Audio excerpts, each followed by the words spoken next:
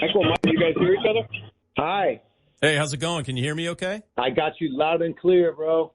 Awesome, man. Thanks a lot, Michael, for joining us today, man. I appreciate it. Thanks for having me. So the new album, On the Prowl, coming out February 24th. Bands, especially heavy metal bands, have a new album coming out. They always say the same thing. This is the heaviest and loudest album to date that we've ever done. Is this true about On the Prowl? Well, yeah, if you turn up the volume while you're listening to it. But other than that, it's just like a regular CD.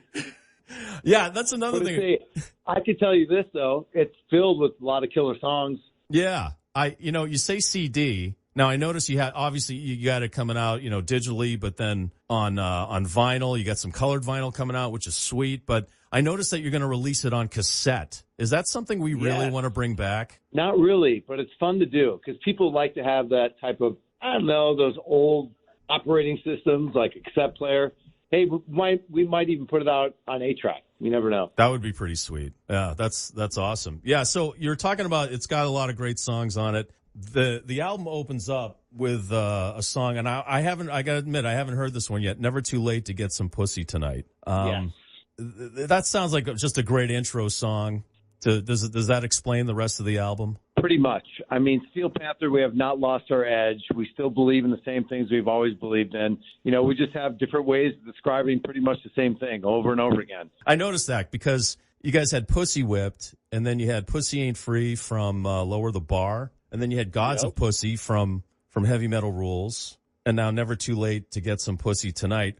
Is Steel Panther, do you guys hold the record for most songs with the word pussy in the title? You know what? I never thought of that, but if there was an award show, we probably win that award. And that award maybe, yeah. Oh, don't forget, we also have a song on the new record called Magical Vagina. Yes. Now, I haven't heard that one yet. That sounds like it would be a power ballad. Am I guessing right? It's not a ballad, but it is a mid-tempo song, and it's beautiful. Well, I don't know. Some vaginas are more beautiful than others, I would say. Well, that's why we're not gynecologists, Right. Yeah. But, every now and then you'll find some vagina that is magical. Yeah. Whether it's beautiful or not.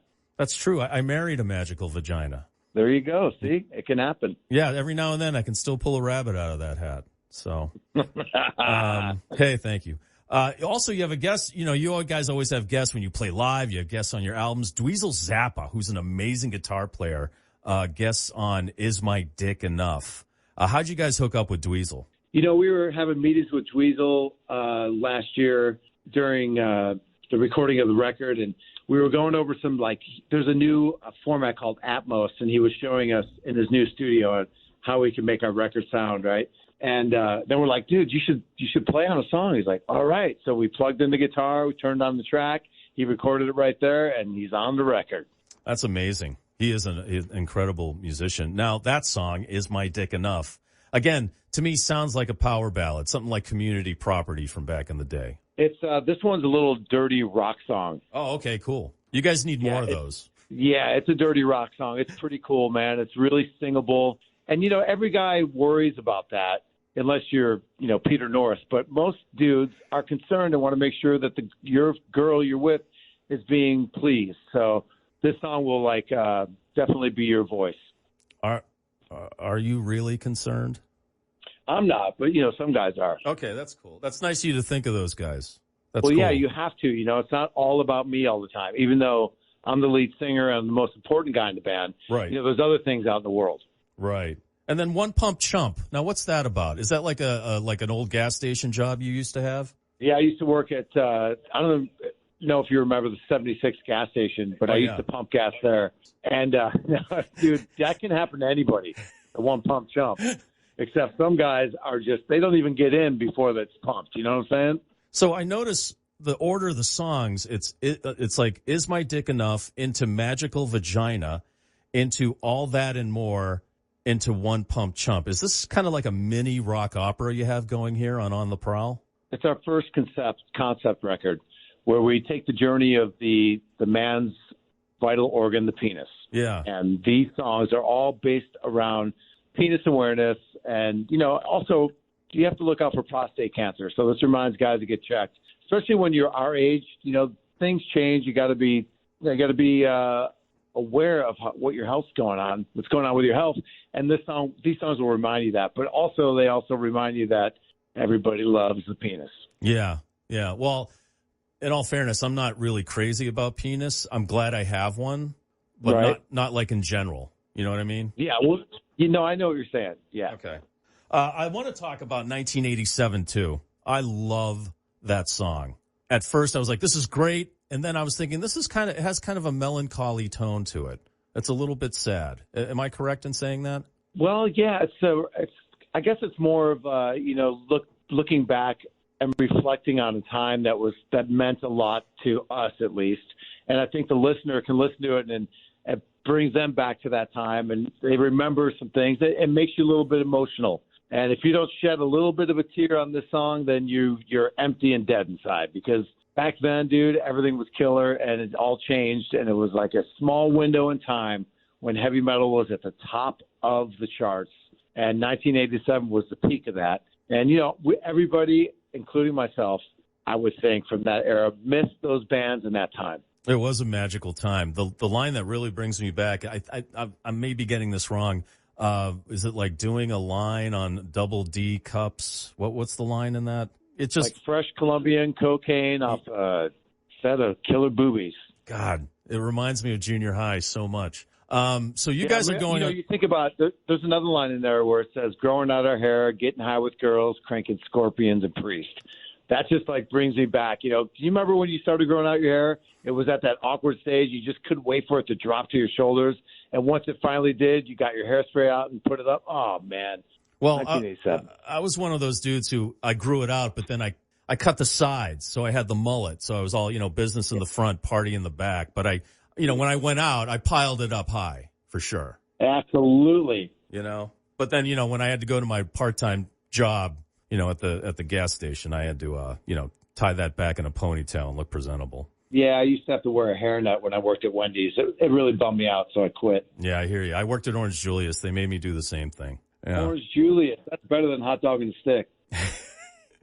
The tour is coming here to Worcester at the Palladium, and that's happening on March 19th. Now, I hope this – is it okay if I ask about Lexi and Lexi's departure? Yes, absolutely. So why did Lexi leave, and what is Lexi doing now? Well, now he's doing his nonprofit organization for pets that don't have homes. That's something he always wanted to do. And he also wanted to settle down and have a family. So now he has a new baby, a new wife. He's living in Chicago. He's totally happy. I mean, we all miss him. And, we want him to just enjoy himself, And he's a smart guy in the band. He saved all his money, so he's kicking ass. So he's married to a woman? Did I say a woman? Well, he said he has no, I don't think you said wife. I'm sorry. That's my insensitivity, just assuming that would be a woman. I can't believe you just said that. Please. He actually is not gay. We're all blown away. We always thought he was, but he's not gay. I mean, yeah. Okay. I just wish he's called a metrosexual dude. Okay. That guy wears, the most killer clothing. One of his pair of pants costs $2,000. I'm like, Jesus, dude, who cares about that? But it's really important to him. Hey, whatever Lexi wore, he made it look like $1 million. That's all I got to say. Oh, hell yeah, he did. Yeah. So this new guy, Spider, apparently a friend of the band for a long time. What qualifications did he have that were special where you just said, come on, jump in and let's go? Well, Spider has always been Lexi's fill-in. So if Lexi was sick or anything and couldn't do a show, Spider would fill in. And we never really thought, he should be the guy. We just started doing auditions, and we went through a bunch of people, and we were going to use one guy, and we decided not to towards the end. And we ended up having Spider come out and do our European tour for 5 weeks. And 3 weeks into the tour, we're like, why aren't you doing this? We know you really well. You're a good bro of ours. You're a killer bass player. You're not beautiful, but we can make that work.